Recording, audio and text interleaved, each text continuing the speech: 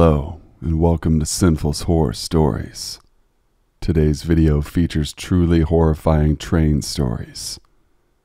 Whether you're riding the rails as a homeless person, or you're simply on a vacation with a loved one on Amtrak, always be aware of your surroundings. Sit back, relax, stay sinful. Story number 1. My girlfriend and I always enjoy train travel, especially during the holiday season. We planned a trip to Wyoming during the Christmas season. I've always loved the open country of this area. The land is so vast and beautiful. We loaded up our luggage and boarded the Amtrak to start our journey. The train left from Seattle, where we have a small townhouse near the Puget Sound. The train trip would be a long one, but the views of the countryside would be breathtaking. My girlfriend and I had our own sleeper car, which was great for privacy and downtime. The time was now 7 p.m. We decided to go to the dining car and get a late dinner. I forgot to mention this happened in 2015, long before COVID. The diner car was fairly empty at this point in the night. Roughly 2 people sat scattered about. We took our seats and ordered drinks to start our meal. The server was a man who seemed a little bit off to me. He took our food orders and slowly walked to the kitchen. While he put our orders in, he glanced back several times and stared at my girlfriend. She told me this man made her very uncomfortable. I decided to go to the bathroom, which was near the wait station, to say something to him. Before I reached the bathroom area, he appeared in my path and whispered, "You sure have a lovely girl, man. Make sure you take real good care of that one. You don't want anything bad to happen to her, do you?" He paused and winked at me. Before I could respond to this creep, he was hustling back to our table with our drink and appetizer orders. I jogged back to our table as to not leave my girlfriend alone with him. We ended up having a fairly enjoyable dinner overall, which was a shock to the both of us. The man was very polite and helpful throughout our dining experience. As I waited for our final bill to come to our table, I proceeded to pull out my wallet. As I got out my debit card to give to the man, he took it and smiled this toothy grin at my girlfriend. I raised my voice at him and asked him what his deal was. He started laughing hysterically and walked away. I signed the receipt, tipping him a whole lot of zero for his antics. We had several drinks and were a bit tipsy at this point. We retired back to our train car to get some sleep for the night. I heard a soft knock on the door in our car around 2 a.m. Somehow I knew who it was, but was still surprised how he knew exactly where we were. I carry a small buck knife in my boots wherever I go, and I had it drawn as I slowly slid the door open. The lights were very low in the corridor, and the figure outside the door was very hard to see. This person wore a dark hoodie over their face. Everything happened so fast. I felt a searing hot pain in my arm. This man had slashed my upper arm and blood started pouring. I screamed in agony and tackled him football style into the hallway corridor, and at this point many people were out of their cabins wondering what was happening. Other passengers were able to help me subdue this freak. Of course, it was the man that served us our food hours prior. I asked him why, and he said I had something that rightfully belonged to him, my girlfriend being the object of his sick and twisted desires. Be careful out there, my friends. Next time I or you might not be so lucky. Story number 2. My name is Hank and I jumped the train in San Diego, California. My life might not be normal, but it has worked for me. I came from a family with a drunk father who beat my mother. I grew up a little and hit age 15, and at this time my dad started hitting my younger sister. This was simply more than I could take. One day the beating started and I lost it. I grabbed my father's handgun and shot him twice. I was in shock that I acted this way, but I couldn't watch this man hit the women in our family anymore. I hated him. I freaked out gathering my things, and with my mother's blessing left in the middle of the night. She wiped down the gun off and fired one more shot, then called the police stating she was defending her daughter who was being abused. Both women had bruises everywhere. In some light, I wish I had done this sooner, although I did have some guilt about it. I'm now 27 years old and have been train hopping this country for many years. This past year I had given some thought to leaving the rails and settling down to a new way of life. I was riding the rails alone on this hop up to Medford, Oregon. I have a few friends up there that way. The train was slowing to pick up more freight cars. This is when you hop on, so I wondered if I would pick up a passenger in my rail car. I was still half asleep as the train pulled out, traveling full speed ahead. I slept about 2 hours and then awoke. Startling the crap out of me, I had a passenger at the opposite end of the car sitting, staring at me. The passenger was all in black with a hoodie pulled over their face. I assumed this person had a face. When you hop trains, you enter a boxcar with others. Inside, you acknowledge them with your first name. We also have the campfire story about the ghost riders who appear and disappear in the night. They are a warning of evil breathing around you. The train slowed as it made its way into Medford. I acknowledged my passenger in black and said this is where I get off. I had to stay one night before the train going to Bellingham, Washington arrived.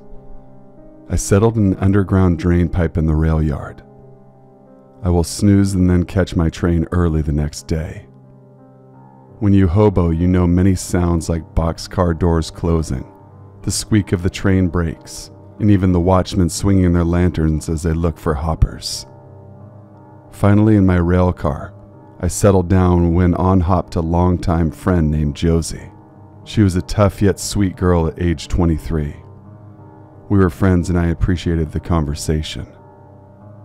A couple of hours went by and Josie and I fell asleep.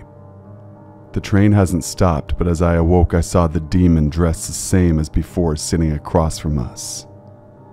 I leaned over Josie and whispered, "This is twice this non-human entity has been riding with me. How did he get on again?" The man stands up slowly and walks towards Josie. She almost faints. I shout, "Whoever or whatever you are, get off this car."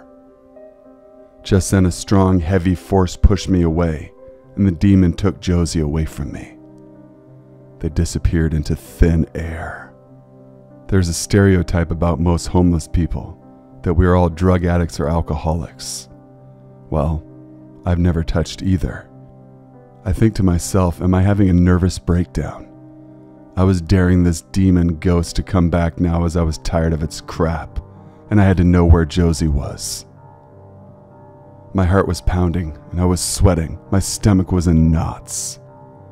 The demon appeared again, and I shouted, "Josie, Josie, where are you?" I felt something patting me saying, "Hank?"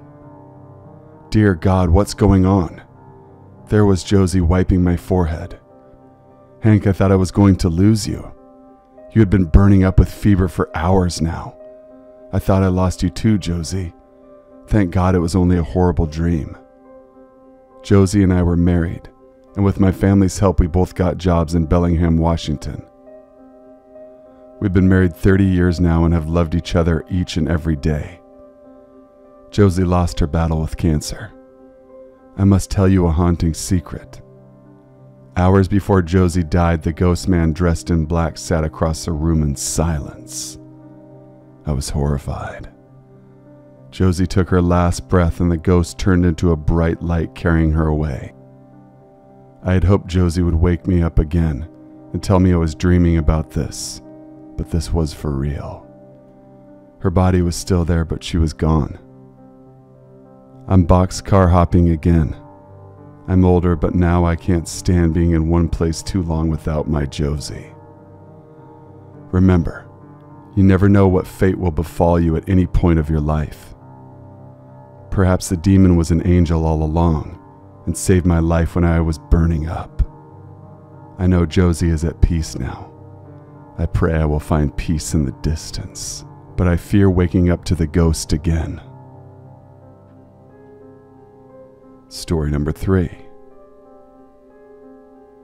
Take a car, plane, bus, or perhaps a train. The Rocky Mountaineer is a Canadian train service which goes across Canada. One of my buddies was talking about traveling. Kyle has been everywhere. He said this was a beautiful scenic trip taking 5 to 6 days one way. The Rocky Mountains were beautiful during the autumn season. My wife Jenny and I were on a long overdue getaway trip. During the next week I did some research and Canada sounded fantastic. We had heard of Banff National Park and Jasper National Park and always wanted to see for ourselves. I bought the tickets and we were going away for once. Jenny and I live in Seattle, Washington, so we crossed the Canadian border tomorrow. We got there very early to check in and board the Amtrak train. I gave our tickets to the porter and he showed us to our sleeping compartment. It was small but cozy. 2 hours later, we went to the dining car. The train was very full of passengers, so there was some crowding. After dinner, we turned in for the night. About 3 a.m., we were both woken up as we heard a scream. Things got very quiet, so we thought nothing of it. The next day, we sat and watched the landscape pass by. We played cards for hours. Suddenly, it occurred to me that there seemed to be fewer passengers. I asked Jenny, "Did you pick up on that?" "Yeah, I did notice that something seemed different." We met a couple about our age in their 30s. They seemed nice enough and were good company. Our day was once again over, so off to our sleeping compartment. We were sound asleep when the train came to a stop. The car jolted. What? Out in the middle of nowhere? What the hell's going on? There were loud voices and struggling sounds. What should we do? We're at the mercy of what was happening. We stayed quiet in our cabin. I peeked out the window and what I saw was frightening. 2 men were guiding people off the train. What's going on? Would we be next to leave the train and die of exposure? Why was this happening? The next morning we quietly ordered breakfast and took it back to our compartment. I believed it would be smart to stay out of sight until we knew who the evil was on this Rocky Mountaineer train.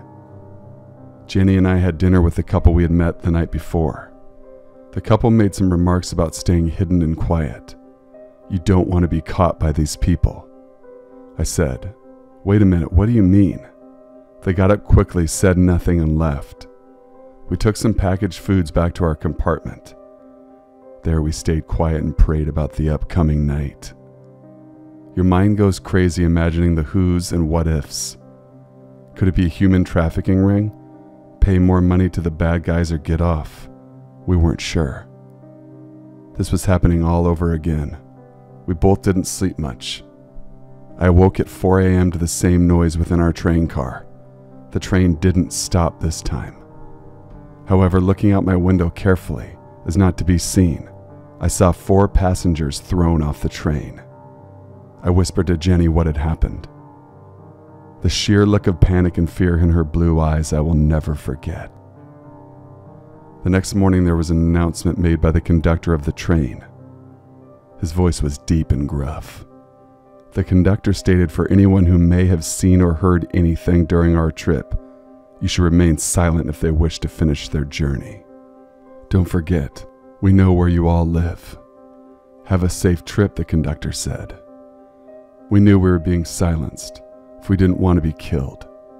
So we stayed in our room, which was the last compartment in our car. We reached the end of the trip and the train pulled into the station and we left. Jenny and I would be flying the rest of the way home. The horror of knowing there was such evil on this train put us both in shock. We never reported anything. I know that may not be what we should have done, but we just tried to survive that night. 1 year later, we read an article in the Seattle Times. It was about a Rocky Mountaineer Canadian train trip where they found several people still alive who had been taken off the train. They had been told, "We see you're an organ donor on your driver's license." Apparently a ring of dark web folks had been selling people to be murdered, and then their organs were harvested and sold on the dark web at the highest price. The more we read, the more we realized we had never requested the Department of Motor Vehicles to put us down to be donors. We wondered if the couple who befriended us were part of this ghoulish event. Was that what saved our lives? Thank you guys for watching and listening. Please be sure to leave a like, comment, share, and subscribe for future content. Email your true scary stories to thesinfulsavant@gmail.com. Until we meet again, stay sinful.